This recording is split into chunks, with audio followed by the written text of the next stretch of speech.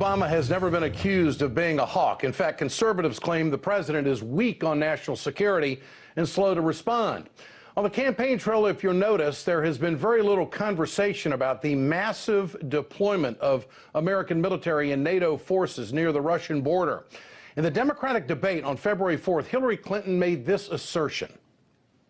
But what Secretary Carter is looking at is the constant pressure that Russia is putting on our European allies, the way that Russia is trying to move the boundaries of the post-World War II Europe, the way he is trying to set European countries against one another.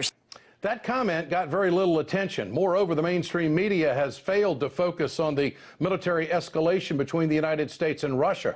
The question begs, is this the beginning of a new Cold War?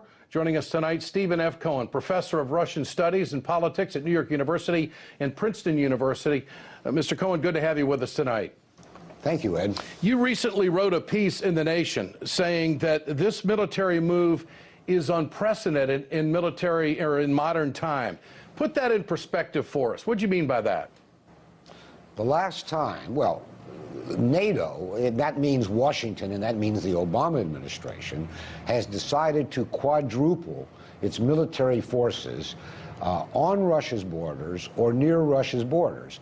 Now, I don't know your age, Ed, but best I can remember, the last time there was this kind of Western hostile military force on Russia's borders is when the Nazis invaded Russia in 1941.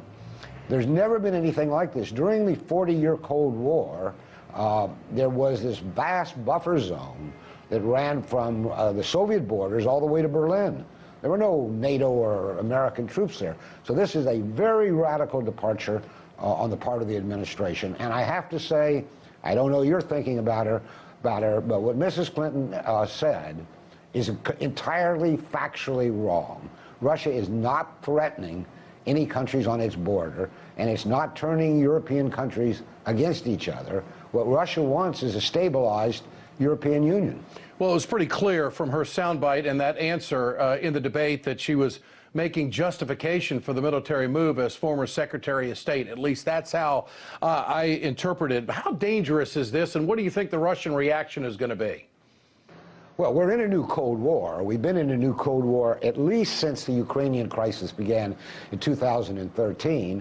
I would date it back even earlier, at least to the proxy American-Russian war in the former Soviet Republic of Georgia in 2008. But we know the Russian reaction. My kids know the reaction.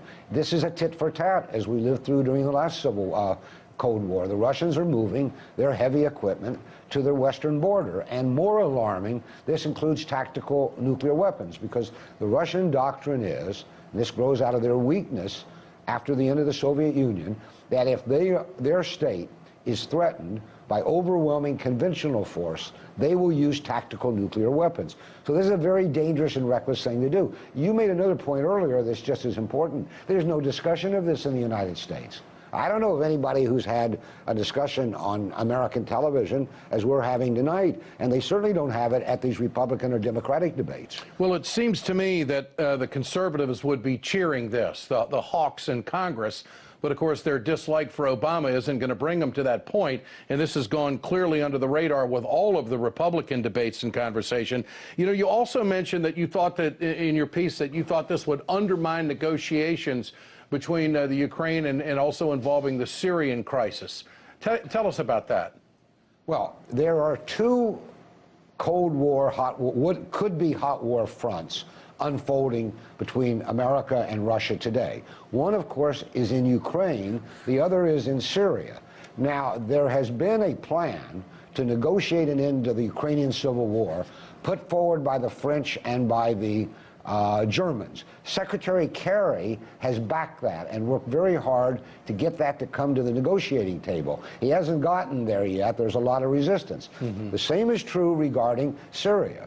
There is the proposal, which came forward after the terrorism in Paris by Hollande, the president of France, saying there should be a grand coalition that would include Russia against the Islamic State. Kerry has been negotiating that with Lavrov, but and I don't share your position that we can be sure President Obama is the dove in this case, because I assume that President Obama controls NATO and controls the Department of Defense. And NATO and the Department of Defense have basically stabbed Kerry in the back. Every time he gets 5 feet closer to bringing about these negotiations, we end up with what we've just discussed, this movement of weapons to Russia's borders. Here is the president just a few days ago addressing Russian activity with the Syrian crisis. Yes, Russia is a major military. Obviously, a bunch of rebels are not going to be able to compete with the hardware of the second most powerful military in the world. But that doesn't solve the problem of actually stabilizing Syria. And the only way to do that is to bring about some sort of political transition. I mean, he's basically saying that the Russian involvement isn't helping the situation. That's the interpretation. Your thoughts? You've got 2 points of view here. Russia and the United States are not going to put combat troops on the ground in Syria. You can't finish off the Islamic State in Syria, no matter how much bombing the Russians and the Americans do, without ground forces. There is only one ground force capable of doing that, and that's the Syrian army. And that's not my opinion. General Dempsey, who was the former chief of staff, told Obama that Dempsey, agreed with Putin that you had to protect the Syrian army. The retired head of the British general staff said 2 days ago, Putin is right. We've got to protect, bolster the Syrian army. President Obama has a bee in his bonnet about Putin, and he keeps denying this reality. Well, it's certainly caught the accord of many Russian people, especially the faith community. Recently, I had an opportunity to interview the patriarch of the Russian Orthodox Church, Patriarch Kirill, and he talked about averting war. Here it is. We need to do everything possible to avert war.